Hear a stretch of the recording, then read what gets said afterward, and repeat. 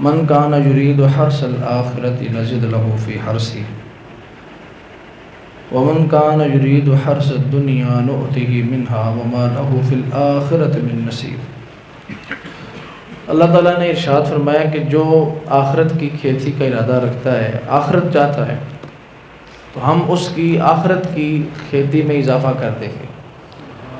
यानी जिसके हर अमल की नीयत ये हो कि मैं अपनी आखिरत संवार लूँ, मैं अपने रब को राज़ी कर लूँ, फरमाया कि उसका सवाब हम बढ़ा देते हैं।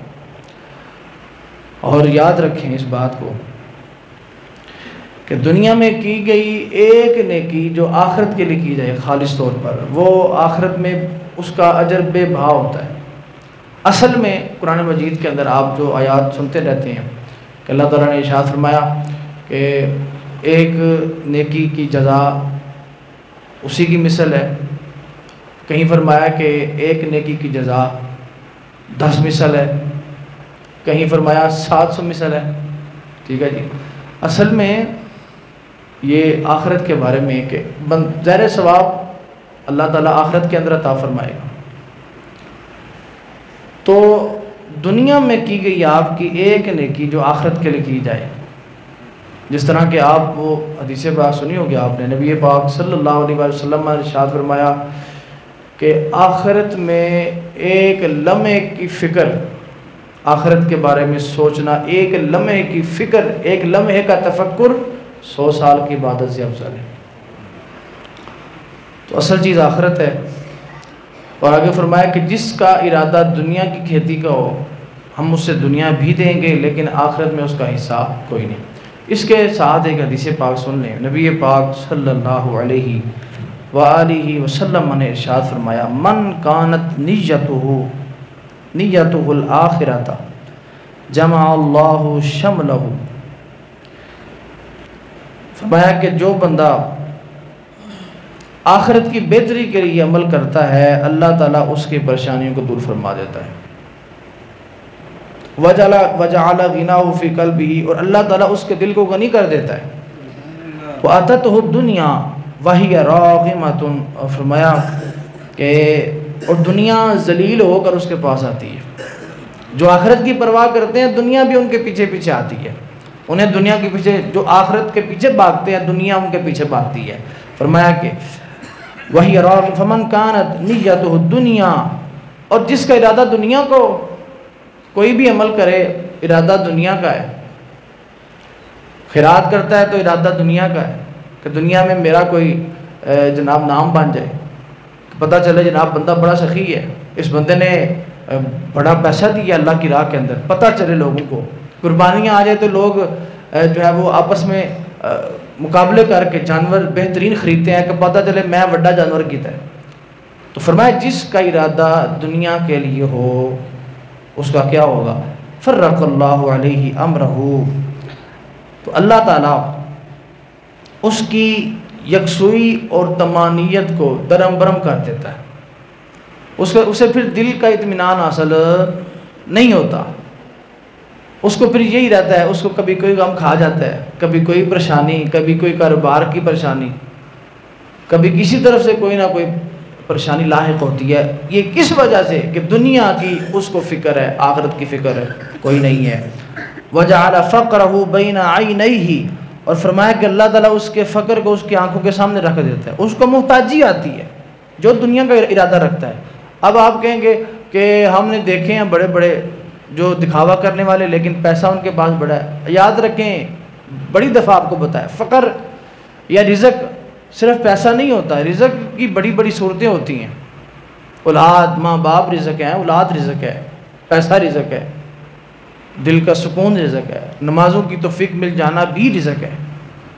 तो अगर एक बंदा दुनिया चाहता है, पैसे वाला भी हो, लेकिन उसके सामने और बड़ी महरूमियाँ होती हैं, औलाद फरमा बरदार नहीं होती। आपने बड़े बंदे देखे होंगे, एक वक्त भी आकर वो कहते हैं कि मनु औलाद आलू बड़ा पछतावा, इन्हें दीन नहीं पढ़िया, काश मैं दीन पढ़ाया होता। तो इस तरह की हसरतें फिर इंसान के अंदर पैदा होती हैं। फरमाया इल्ला मा कुतिबा लहू वलम यातिही मिनद दुनिया इल्ला मा कुतिबा लहू, आखिरत वाले का अजर ये था कि जो आखिरत का इरादा रखे उसे दुनिया ज़्यादा अता करेंगे, दुनिया उसके पीछे जलील होकर आएगी।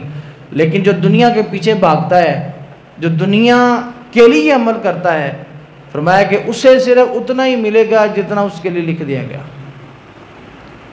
तो लिहाजा फ़ायदामंद चीज़ वो आखिरत की फ़िक्र है, आखिरत के पीछे चलना ये असल फ़ायदामंद चीज़ है।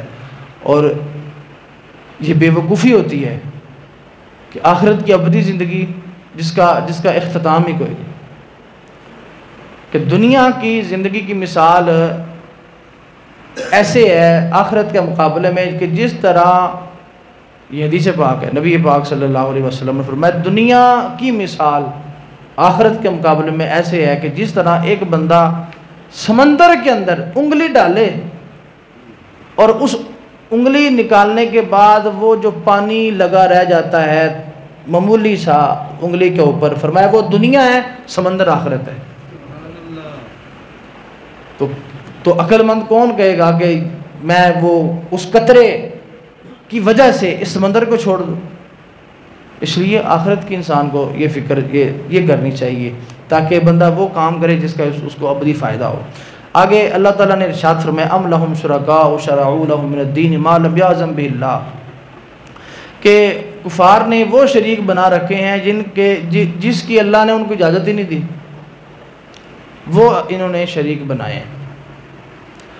वलौला कलिमतुल फ़स्ल लक़ुदिया बैनहुम, फरमाया फ़ैसले का दिन अगर मुकर्रर ना होता, मिज़ान अमल वाला दिन, क़यामत का दिन अगर अल्लाह ने लिख दिया ना होता तो फ़ैसला दुनिया में हम कर देते, हम बता देते कि दुनिया में ही कि सही कौन है, गलत कौन है, हक़ कौन है, बातिल कौन है।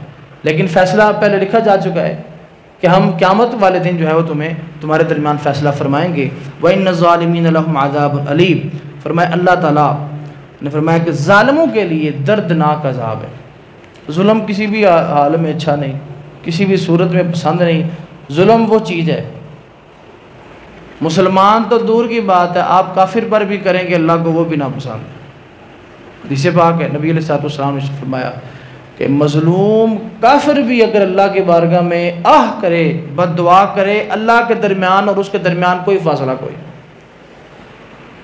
यही तो हुस्न है इस्लाम का, इस्लाम ने जहाँ पर मुसलमानों को हुकूक दिए हैं वहीं पर इस्लाम ने जो है वो गैर मुस्लिम को भी अल्लाह ताला ने हुकूक बयान फरमाए। तरज़ालिमीन मुशफ़िकीन मिम्मा कसबू व हुवा वाक़िउम बिहिम, अल्लाह ने ख़बरदार किया, फरमाया कि ज़ालिम लोग जो दुनिया में जुल्म करके आए होंगे, क़यामत वाले दिन ये जुल्म उनके लिए डरावना ख्वाब बन जाएगा।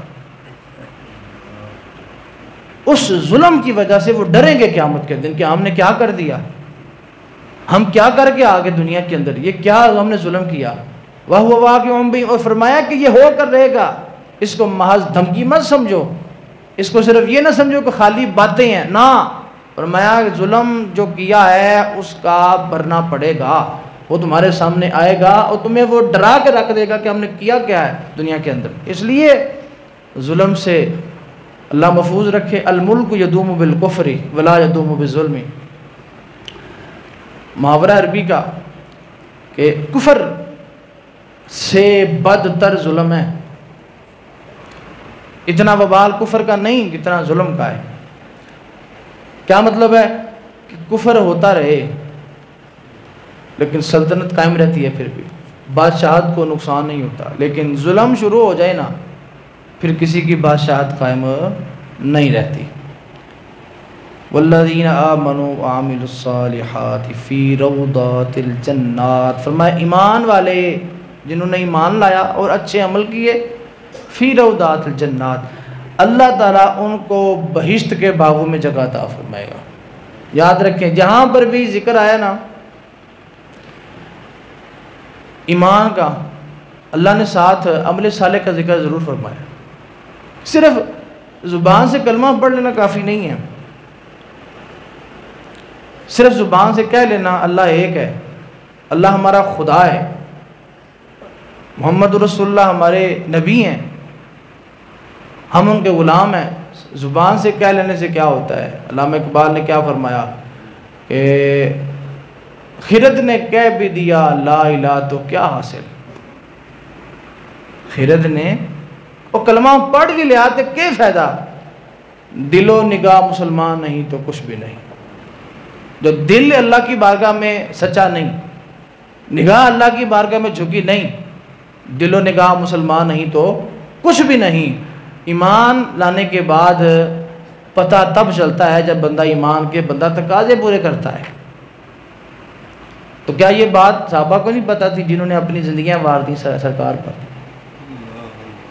क्या उन्होंने जिन्होंने अपने घर बार कुर्बान कर दिए, बीवी बच्चे छोड़ दिए, हर चीज़ कुर्बान कर दी, तो फिर उनकी ज़िंदगियां किधर गई? फिर अगर सिर्फ कलमा आखो जी कलमा पढ़ लिया तो बस जी बस जन्नती जन्नती नहीं। कलमे के तकाजे होते हैं, जब तक तकाजा पूरा ना किया जाए तब तक इंसान अपने बात में मुकम्मल तौर पर उतर नहीं सकता। फरमाया कि लहुम मा यशाऊन इंदा रब्बिहिम, उनको वहाँ पर वो दिया जाएगा जो वो चाहेंगे।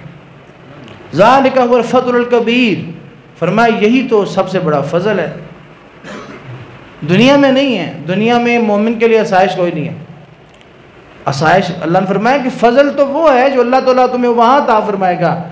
यहाँ पर तुम किसी का पैसा देकर कहते हो यार ऊपर अपने घर के बाहर बंदा लिखवा ले हाज़ा मिन फ़ज़ली रब्बी, ठीक है फ़जल, लेकिन किसी को पैसा मिल जाना इसका मतलब ये नहीं कि अल्लाह उस पर राज़ी है।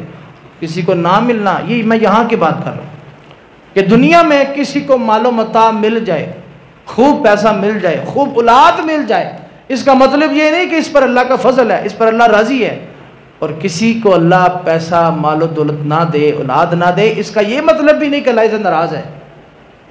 बड़े बड़े मालदार होते हैं, अल्लाह उनसे नाराज़ होता है, और बड़े बड़े झोंपड़ी में रहने वाले होते हैं, अल्लाह ताला उनसे राज़ी होता है। लेकिन फिर मैं आखिरत की बात यह है, आखिरत में उनको जो मांगेंगे वो अता किया जाएगा। असल फजल वो आखिरत के अंदर होगा।